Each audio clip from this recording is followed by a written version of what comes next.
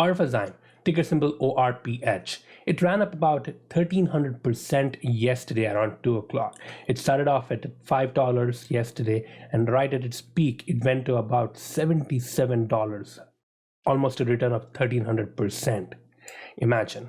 And ever since it has been dropping. Right now it's about $9 pre-market, and it might even go back to its $5. But let's try to understand what happened, and is this something we can expect later on in the future as well. So let's get into this company. This is into manufacturing of drugs that can help in the treatment of this particular disease called as the Lou Gehrig's disease.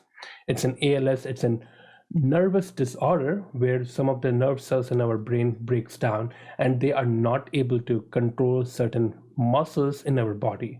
Eventually it causes muscle weakness. Basically the body doesn't have control over those muscle cells. Now the one thing to point out is it is a very rare disease.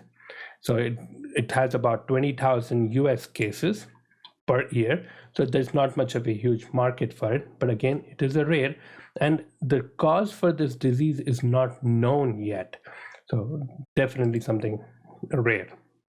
Now on May 7th, and this is the last announcement that came from the company, and they basically said May 7th they failed the primary and secondary endpoints evaluating. The primary endpoint and second endpoint is basically understanding whether the drug is going to be helpful for the treatment, and secondary is whether or not it's going to have any kind of adverse effects on the patients who are going to be administered.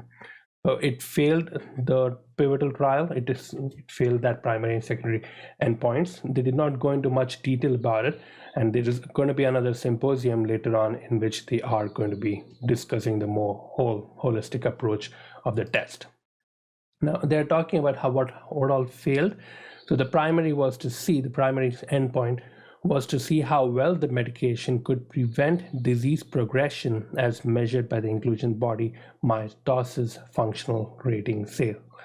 Now, yes, it's a neurodegenerative disease.